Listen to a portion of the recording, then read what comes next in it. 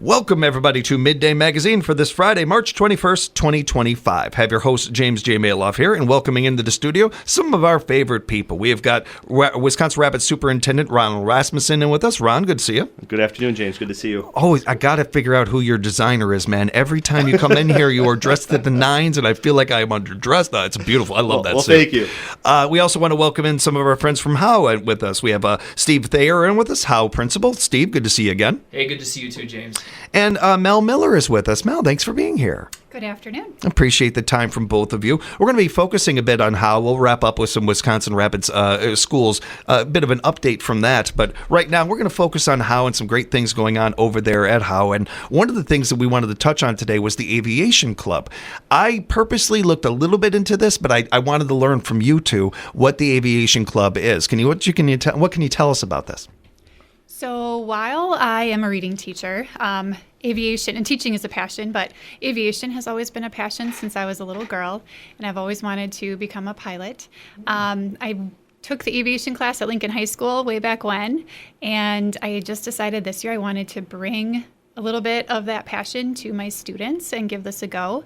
And I thought initially, okay, I'm gonna go with 15 students because I wasn't sure how many kids would actually be interested in Aviation Club, and the response was overwhelming. So I actually took on more students than I was planning, and I had to cap it at 25. So I have a waiting list of kids, and we meet once a month and just really share little snippets of aviation. We've talked about fundamentals of flight, weather, the aviation alphabet, just all sorts of things. It's been really cool.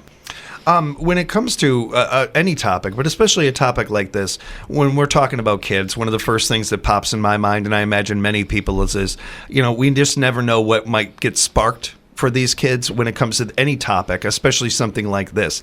And there is virtually no industry that couldn't use more good young people interested in it, involved in it, and everything. So that's from arithmetic to history to anything. When it comes to a topic like this, I dare say there is a real fun element to this for adults and kids, and a learning part of this for both as well. Is that the case, Mel? Oh, absolutely. Yeah. And of course, I'm geeking out over it, but Yeah. the excitement that I've seen, and it's for 3rd through 5th graders, so the excitement I've seen from these 3rd through 5th graders has been phenomenal.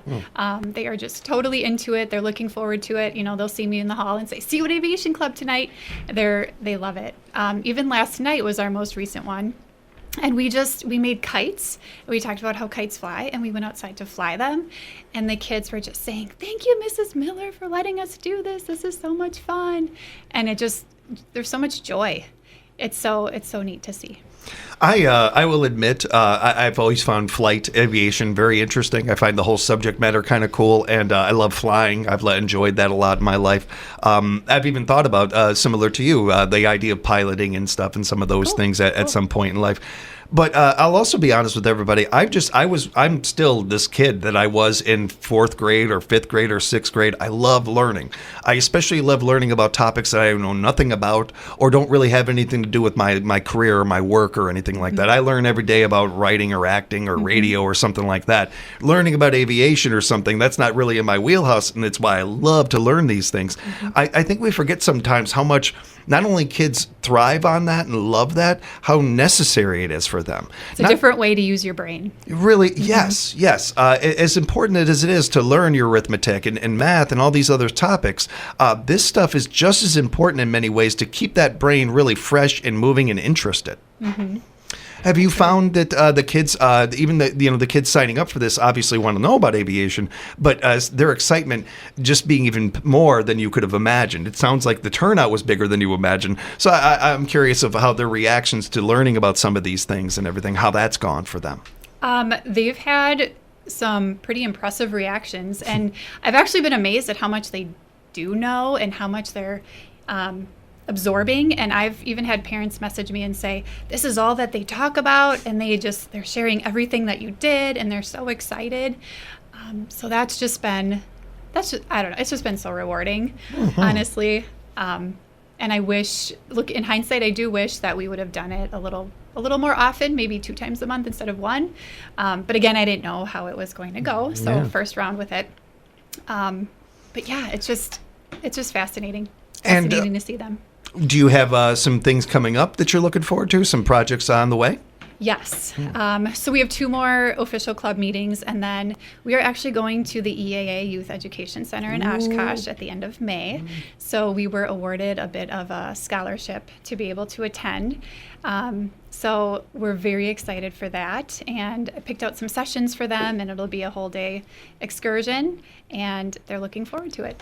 My brother works with the Wisconsin Herd now, but before that he worked at EAA and was for years worked there, and this was their Super Bowl, preparing for the big EAA event and everything. And I could text him right now, and I guarantee you, Nick, what was your favorite thing about this? The kids.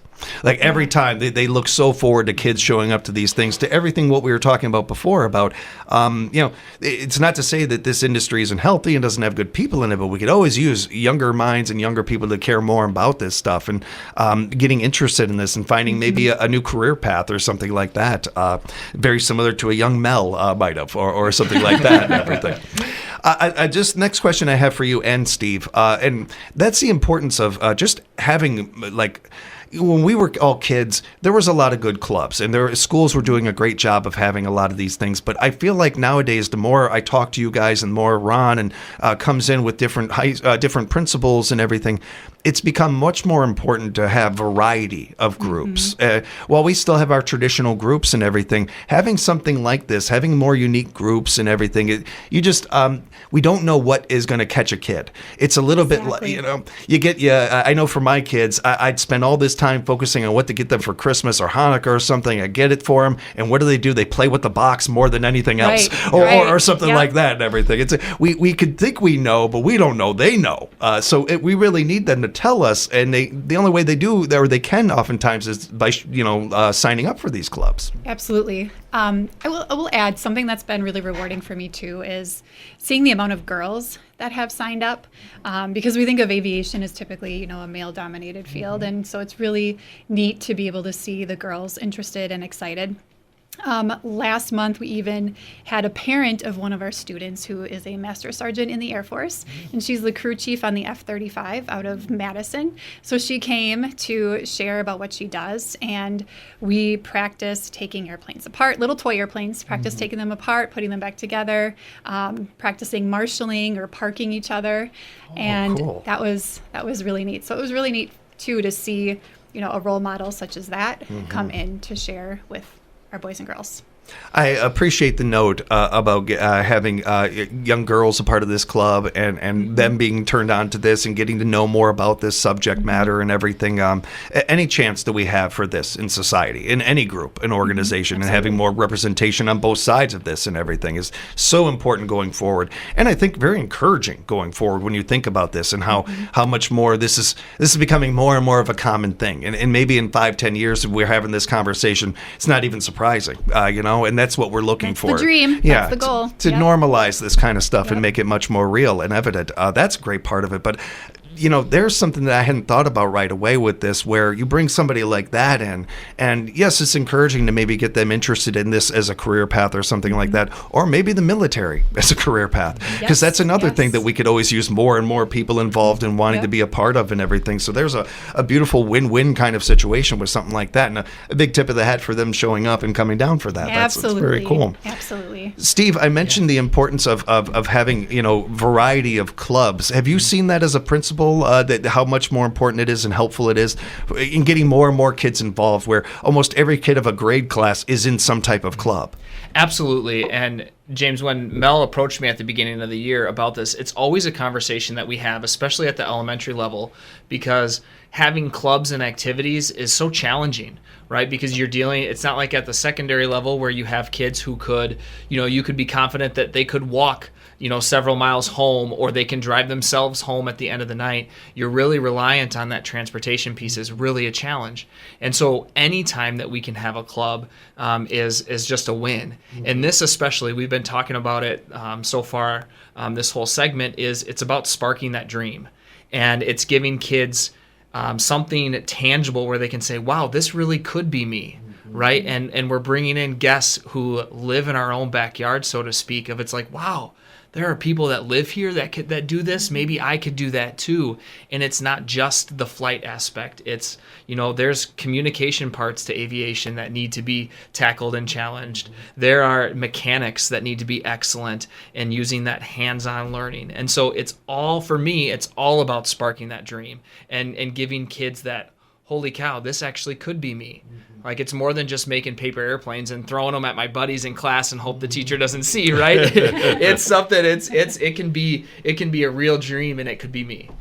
One of the other parts of this that I appreciate, before you go on to a couple of other things going on at Howe, is the empathy that this can create for other positions, other jobs, other walks of life. Right now, we see this with the news quite a bit, where we kind of jump on things. Oh, something's going wrong with our planes, and just immediately like boom, boom, boom, and yelling and all this stuff. I take any opportunity I can to remind adults that the brains are sponges, and they're taking all this in, and they see how we treat other adults. And the more we act like adults, the more likely they are to act like adults as they get older. So that part of this is just it's not certainly the main point of this or anything, but I do look for any kind of silver linings with these kind of things. And there's one that's right there for you that really does create that without even necessarily trying to create that. And it's part of the other reason, as a side note, why I appreciate having all of you in. And getting a chance to talk with you and people in the education system, where this is also another important factor of reminding people that we have human beings doing these jobs, neighbors, friends, family members, and everything doing these jobs, and we're all trying to do the best we can, and all have the same goal of having a better future for our kids. Absolutely. James, I just want to add on to that about sparking that interest in what's occurring. So the cool thing, Mel said she learned this spark when she was a student at Lincoln. She took the aviation class. That aviation class is still part of the curriculum, as part of our career and technical education curriculum, and that spark just continues. So I'm full deep into this, and Mr. Thayer knows this because my son is going to school next year, graduating from Lincoln, going for commercial aviation because of the aviation class. So we look at those opportunities, and it's been fun for me as a parent, seeing it from this side of the connections of that person graduated from Lincoln, that person graduated from Port, they're now pilots as well, and that web of people from our local area who are now connecting is pretty awesome. And we have an excellent airport training out there with Wings to facilitate that for people in our community who are interested in that. And you talk about joining clubs and organizations, and that's what we hope sparks those passions for students in the future, that they find something that, I envision myself doing this 30 years down the road. And so it takes people like Mel to say, hey, I'm interested in this. I think other kids are interested in this. And so I commend her for proposing the idea, because that's a lot of kids that are going to have a future in just aviation, as Mr. Thayer said, the math, the engineering, the traffic control. I mean, it's such a growing industry because people like to travel. Yeah. We have spring break next week. There'll be lots of people traveling. There'll be lots of people in airports. And it is still, just a plug, it is still the safest way to travel. Yes. Despite the stats. And it's awesome to see that spark that Mel is doing at Howe, and that we have in a variety of buildings depending upon the activity and the interests of people as well. So it's pretty awesome. Thank you for sharing that. Shout out to your son. That's awesome. That's congrats to him. And this really ties into a big thing that we wanted to talk about too with all of this is not only encouraging kids, supporting kids, but the work being done by our educators. Mel, so much of this doesn't happen without you just reaching out and wanting to get this ball rolling and everything. I appreciate that. And I know so many of our parents and our kids out there too. We don't get to take the little wins very often. I hope you take the pat on the back and the win on this one. Did you have something else? Well, I just want to thank some people. So first of all, our EAA chapter. And just a quick plug there, May 3rd, we're putting on a little Young Eagles workshop at the airport for kids ages 8 through 17. So look on EAA chapter 706 for more information. But our EAA chapter has been so instrumental. I've asked for snack fairies. So a different member every month has signed up to provide the snack for our students because they are just really hungry after school. So that's been really appreciated. And then just different donors through creating Donors Choose projects. I wouldn't have been able to do it necessarily without that. Just getting different materials and books and things to provide support and activities for the club. Thank you, Mel. Appreciate it. And appreciate the time and what you're doing for our kids out there in our system. Steve, I did want to take a moment to touch on a couple of other things going on over at Howe. I want to remind everybody to put on their calendar April 11th. That is the Howe School Carnival. It's always a big event, a fun one over there. Yeah, this is one of our biggest, and we love having it. And James, I'd be remiss to not say a huge thank you to our PTC, our parent-teacher community.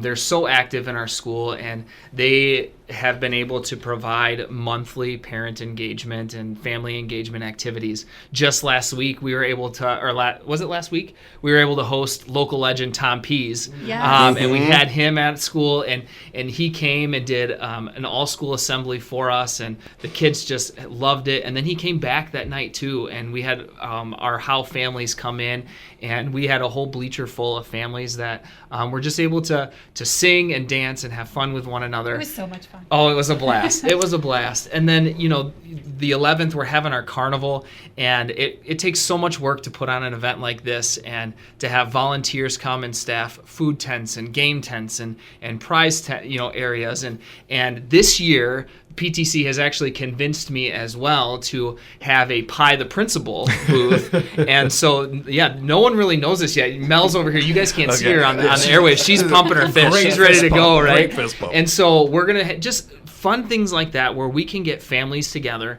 and just enjoy time with one another. And to be truthful, it's getting away from a screen and connecting as humans, and seeing the humanity in it and just having a great time. It's going to be a lot of fun. It's going to be a blast. I do want to remind people that we'll be reminding people about that event as we get closer to it and everything. And a shout out to Tom. Tom's joined us on the air here before and everything. And I knew that Tom was at Howe because we have a little one that goes to Howe over here, and she came into the studios and was singing his songs and telling me I know his whole routine. Oh yeah. She told me the whole thing. She did it twice. She was really into it.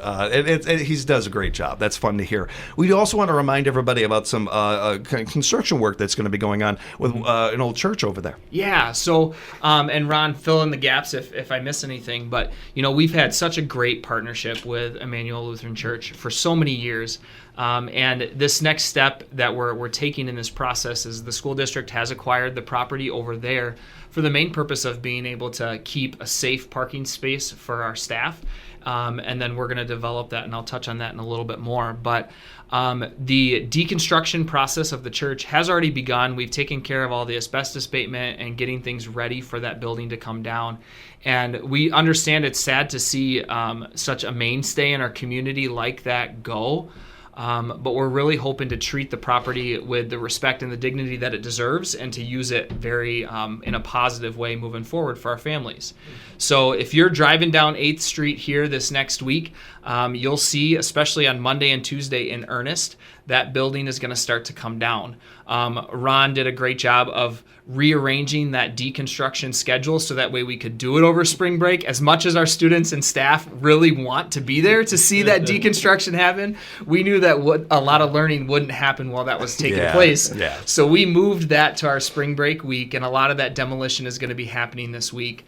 But we're really excited to take that space, and we want to get some improved parking for our staff and for our visitors to the school. And then we want to improve our drop-off and pickup procedures by using this to make it more safe for all of our families and our kiddos. It is a huge recurring nightmare of mine that we have, a student dart out between cars at pickup to go see mom or dad across the street, and 8th Street is busy, and so we don't want any of those accidents, and so we're hoping to utilize most importantly for student safety and parent safety to rework that space to better facilitate that pickup and drop off. And one of our goals in this really is we want to be good neighbors in this whole thing. One of the things that I went to Ron right away, and thankfully he agreed with me, is we didn't want to just take the church down and just pave the whole thing and turn it into a big concrete jungle. No one wants to live there, right, and be near that. And so we want to make sure that we're being really good neighbors, and we're going to take some of it and convert it into some green space and add some green space over there because we don't need the whole lot anymore.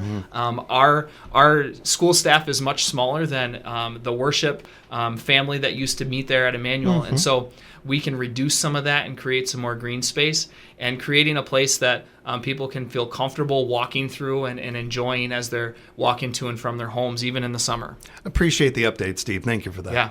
Ron, I know you had an update for us as well. Yeah, just quickly at the end here, we celebrated Read Across America across all our elementary buildings in the last month, so that was fun. Out reading buildings, I had lots of students hand me books about snow because they wanted snow days, so that was nice.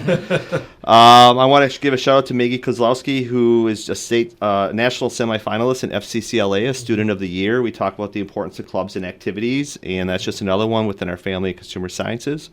Spring break is next week, so obviously everybody's looking forward to that. The spring election is on April 1st. In addition to the state elections, we do have a school board election. We have 4 people running for 2 spots.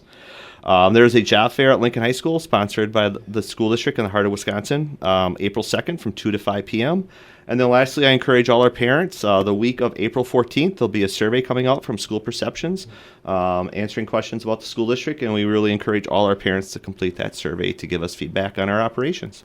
Appreciate all the updates, Ron. If people have follow-up questions, they want to know more, reach out to you. How can they do that? Contact me at Central Office, 715-424-6701.